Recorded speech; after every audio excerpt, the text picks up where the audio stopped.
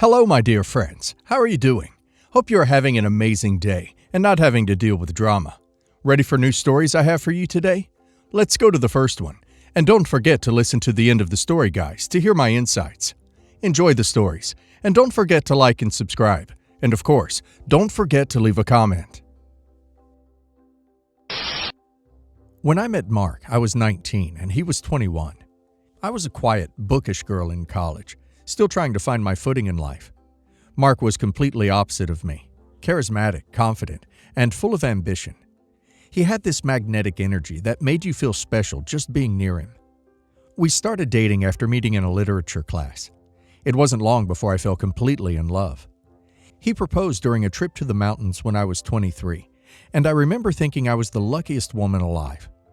Our wedding was perfect, surrounded by friends and family, including my younger sister, Emily, who was my maid of honor. At the time, I never doubted she was genuinely happy for me. Mark and I built a beautiful life together. We bought a home, took weekend trips, and eventually started a family. Our 2 children, Liam, now 12, and Sophie, 10, were the lights of my life. I threw myself into motherhood with everything I had, believing I was raising them in a secure, loving family. I thought we were happy. My sister Emily was the kind of person who always drew attention, but not always for the right reasons. She had a way of making everything about her problems, her drama, her triumphs. She was impulsive, often acting on feelings without thinking about the consequences. Growing up, I was the one who tried to smooth things over when Emily stirred up trouble, whether it was with friends, family, or at school. She wasn't a bad person, but she had a knack for creating chaos wherever she went. Despite all this, I loved Emily. She was my little sister, and I always believed that deep down, she had a good heart. She was a regular presence in my life, visiting often and spending time with my kids. I thought she adored them. I thought she loved me too. I never suspected for a moment that she would betray me in the worst way imaginable. 5 years ago, everything changed. I came home early one afternoon after leaving work with a migraine. I opened the front door to an eerie quiet. At first, I thought no one was home, but then I heard noises from upstairs, noises that didn't belong in my house. I walked into my bedroom and saw Mark and Emily together.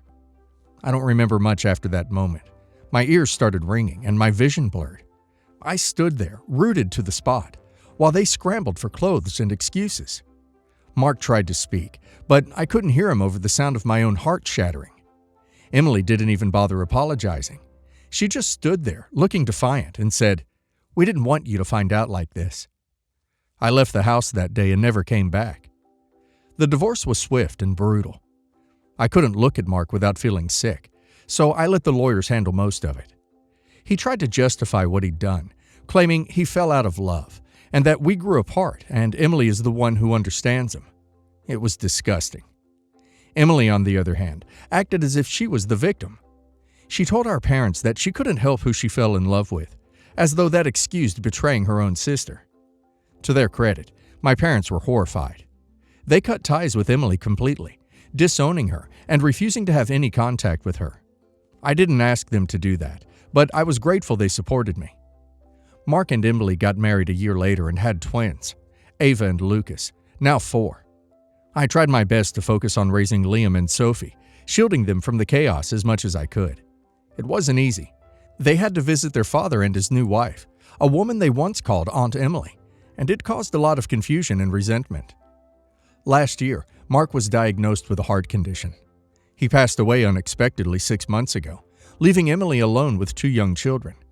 She had been a stay-at-home mom during their entire marriage and had no job, no income, and no savings. Her world crumbled, and for the first time, she had no one to lean on. A few weeks ago, Emily showed up at my door. I hadn't seen her face to face since the affair, and the years had not been kind to her. She looked tired, worn down, and desperate. She broke down crying, saying she had no one else to turn to. She begged me to help her, saying she couldn't support Ava and Lucas on her own. Her words stunned me. After everything she'd done, destroying my marriage, ripping my family apart, and leaving me to pick up the pieces, she had the audacity to ask for my help. She even tried to guilt-trip me, saying, "They're your niece and nephew. You can't just turn your back on them." I told her no. I said I had my own children to care for, and that I couldn't take on her burdens. She exploded, calling me heartless and cruel, accusing me of punishing her children for her mistakes. I told her she needed to figure things out on her own, just as I had to when she and Mark turned my life upside down. Since then, Emily has been relentless. She sent me dozens of messages, alternating between begging for forgiveness and threatening to sue me for financial support. She claims that because my children and her children are siblings, I have an obligation to help. She even tried to involve our parents, but they refused to engage with her. They're still furious about the affair and want nothing to do with her or her kids. Liam and Sophie are old enough to understand the situation, and they've asked me why Aunt Emily is trying to contact us. I've tried to explain in a way they can understand, but it's hard. They're still hurt and confused by everything that happened, and I don't want to expose them to more drama. My priority has always been protecting them, and I'm determined to keep it that way. I feel torn. Part of me wonders if I'm being too cold-hearted, if I'm letting my anger and pain cloud my judgment. But another part of me feels like this is justice, that Emily is finally facing the consequences of her actions. I rebuilt my life from the ashes of her betrayal, and I don't think I owe her anything. So, Reddit, am I the a-hole for refusing to help my sister after everything she's done? Let me get this straight. She destroyed OP's, her sister's marriage, tore OP's family apart, and then expected OP to play savior when her life fell apart? No, absolutely not. OP owes her nothing. Her children may be innocent, but that doesn't make them OP's responsibility. Emily needs to grow up and take responsibility for her own choices. She can go and get a job like most people do. As for her threats to sue OP, that's just laughable. OP can let her waste money she doesn't have on a lawyer who will tell her she doesn't have a case. OP's already been through enough. And now let's hear the community's opinion. Your sister is something else. First, she betrays you in the worst way possible, then marries your husband, and now she's playing the victim because her terrible choices came back to haunt her? The audacity is unreal. I can't even begin to imagine how painful it must have been for you to rebuild your life after that betrayal. But you did it. You've protected your kids and given them a stable life. You don't owe her or her children anything. If she's desperate for help, there are resources out there, but you are not one of them. Not the a-hole. Not the a-hole. I feel for Ava and Lucas, but her situation is 100% Emily's fault, not yours. She chose to blow up your marriage and alienate her family. Now she's facing the consequences. It sounds like she's only reaching out because she knows you're stable and she can't manipulate your parents anymore. You've already sacrificed so much because of her betrayal, and it's not fair to ask you to sacrifice more. If anything, Emily should be grateful you're not suing her for emotional damages. Not the a-hole at all. What Emily is doing is called manipulation. She's hoping you'll feel guilty enough to cave in, but don't fall for it. She made her bed, and now she has to lie in it. If she were truly remorseful, she would have started by apologizing for what she did to you. But instead, she demanded and threatened. That tells you everything you need to know. Protect your peace and your kids. Let Emily figure her life out. It's not your job to save her from herself. Okay, so some backstory first. My mom grew up fairly wealthy, but with a mom who thought they were high society. That is questionable. My dad grew up dirt poor, like not eating most nights, but had a fairly successful career when he met my mom. My grandma didn't want my mom to marry my dad and kicked her out of the family. My dad's career really took off, and my grandma desperately tried to fix things because my mom had serious money now, but my mom refused. I met my grandma as an adult, and we have an okay relationship. She was there for me when my parents weren't, and while how she treated my dad was wrong, I have some issues with my parents, and meeting extended family helped me to deal with that. I'm getting married, and my parents said they would pay for the wedding. They paid for my sister's, and it was extremely over the top, so we are talking big budget. They might help us get a house, too. My dad doesn't want to, but my mom told him they kind of have to because they helped her. My fiancé is aware of this. My fiancé doesn't like my mom very much. It is kind of mutual, but the relationship isn't contentious or anything. They just ignore each other when they can and roll their eyes at each other. My grandma offered my fiancé this incredible heirloom veil. It is really beautiful and was supposed to go to my mom, but didn't for obvious reasons. My mom found out and screamed at my fiancé that it was a slap in the face, and if she wore it, my mom would not be at the wedding, and she isn't paying for it. My fiancé said no one was going to emotionally manipulate her and told my mom to duck off. I can get behind this sentiment, but when we talked, she is still expecting the wedding we had discussed, but she knows we can't afford it on our own. I called my mom and explained that she was being manipulative, but she wouldn't talk to me and put my dad on the phone, who said some awful things, and I ended up hanging up. My fiancé sent my mom a text that said if she is jealous of her, that is pathetic. She has all the money in the world. Go have a vow renewal. And my mom wrote back that we will never see another penny again, and no one from my immediate family will be at the wedding. We talked again today, and I told my fiancé that while my mom's being a witch, if she still wants this wedding, she might have to compromise because we cannot afford it. She said I was being spineless, and I pointed out that we are also sacrificing help with a house, and I don't know if it is worth it. She is currently upset and feels that I am being a mama's boy, and instead of having that conversation, I should be on the phone with my mom trying to make her see reason. She might be right, but at the same time, I know my mom, and you cannot reason with her. Everyone sucks here. Dude, stick up for your mom. Your fiancé is a massive a-hole here and entitled to boot. Your mom was kicked out of the family for not marrying well enough, and grandma only tried to make contact when she got rich. Your mom then offers to pay for your whole wedding on the provision that fiancé doesn't wear the veil from cruel aggressive grandma, and your fiancé takes issue with that. Your mom isn't manipulating you. She was deeply hurt by her mother, and you're essentially sticking two fingers up to her by welcoming the heirloom gift. Jesus, teach your fiancé some basic respect, or pay for your own damn wedding. I don't know about you, but your fiancé is a huge a-hole. Your grandma was horrible to your mother. Your fiancé doesn't like your mother, so she's intentionally taking this veil. The issue shouldn't even be the money here. It should be that your fiancé is taking this veil to spit in your mom's face. Yet your fiancé still wants all your mom's money. I see why your mom doesn't like your fiancé. I think this is like the most truly everyone sucks here situation I've seen. Your grandma gifted the veil to intentionally cause drama. Your mother is being ridiculous. Your fiancé is right that your mother is being ridiculous, but is also being needlessly stubborn.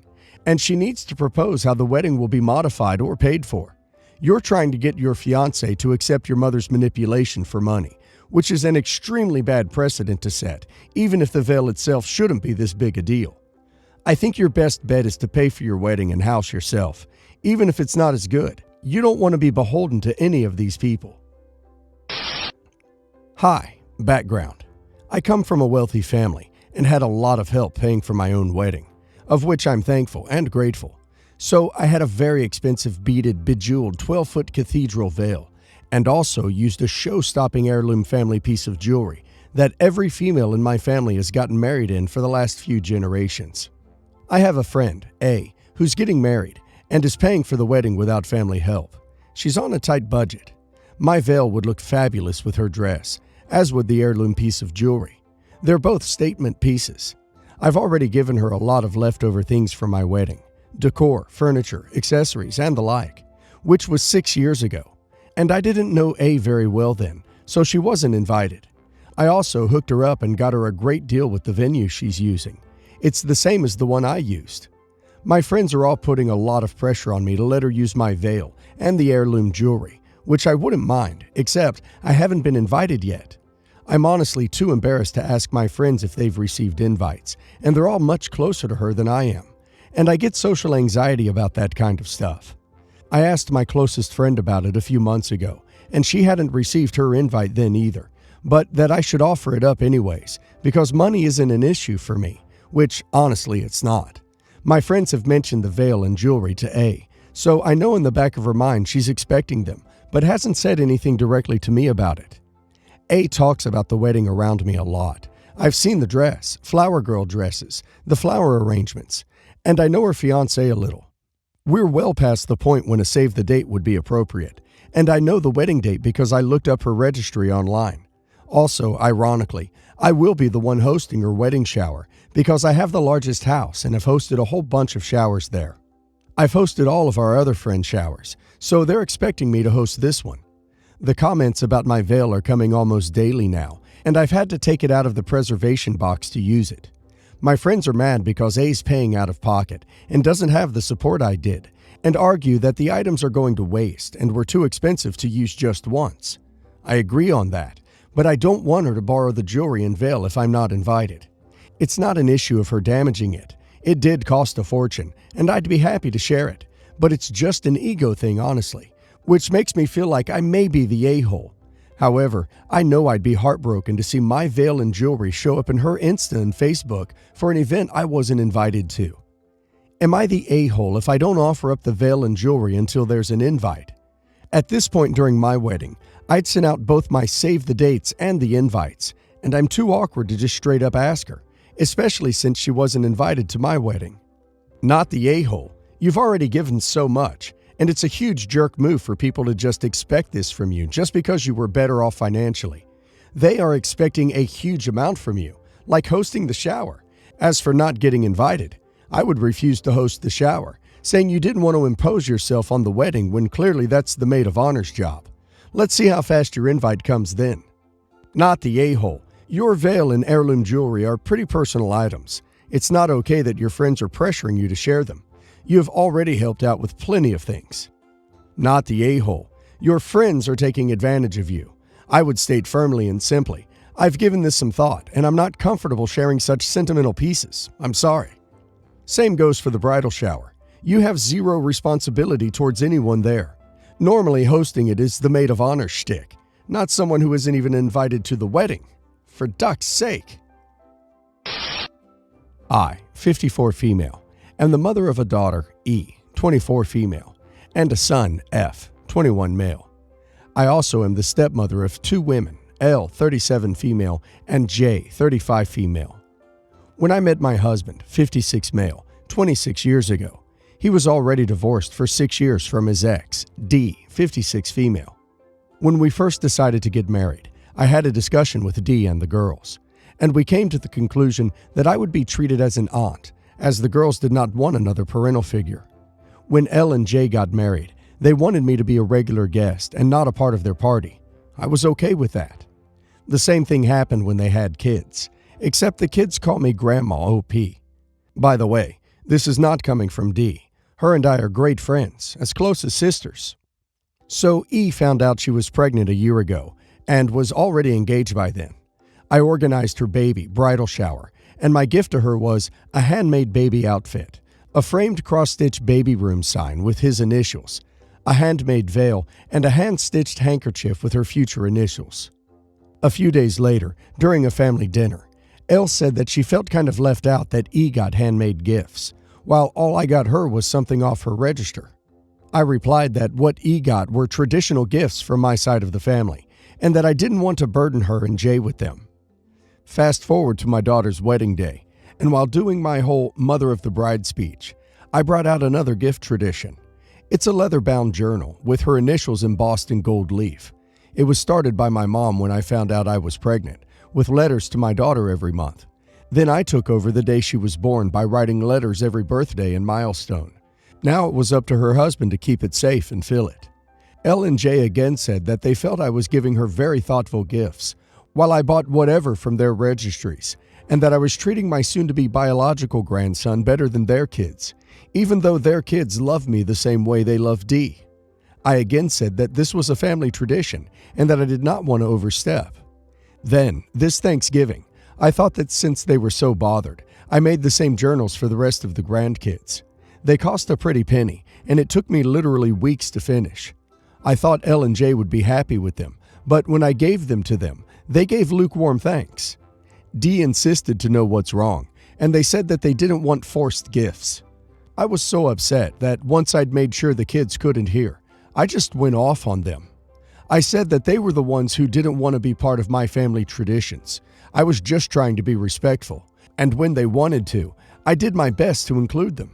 Then I made them give me back the journals and said that I was never going to include them again because I'm tired of them jerking me around. Now that I cooled off, I feel like a total a-hole. Not the a-hole. They didn't want you to be involved and got pissed because you treated your daughter as your own. Not the a-hole. They decided that they didn't see you as a mother figure, but as an aunt 26 years ago. They made their bed, so they get to lie in it. Not the a-hole. They made it clear what kind of relationship they wanted and expected, and it is the relationship that you have agreed to fulfill and respected. I would speak to your husband and let him know that you have done nothing but followed through with this, and if they want or expect more, they should make it clear to you.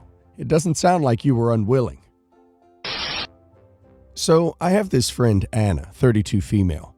We've been best friends since we started school, and despite a few small arguments, we've always been close.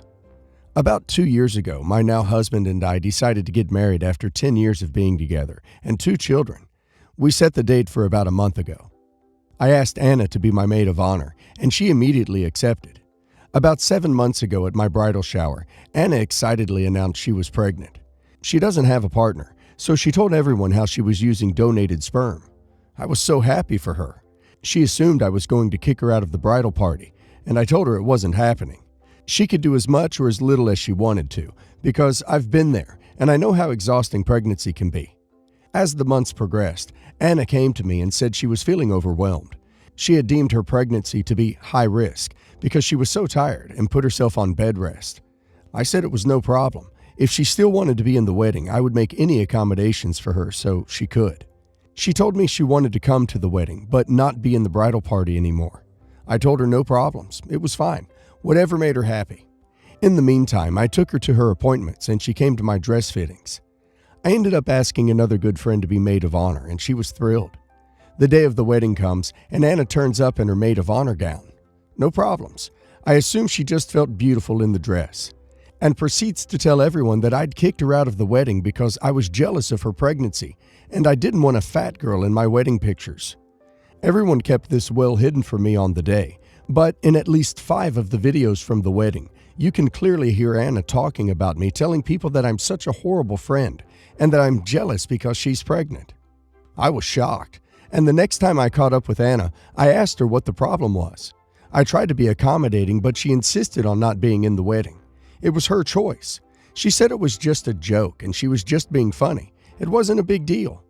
I yelled at her that it wasn't funny, and people believed her claims. I told her she was an awful friend for doing that to me. I wasn't jealous of her. I had tried to be a good friend to her, but this felt like a slap in the face. She exploded at me about it and said I was a bridezilla.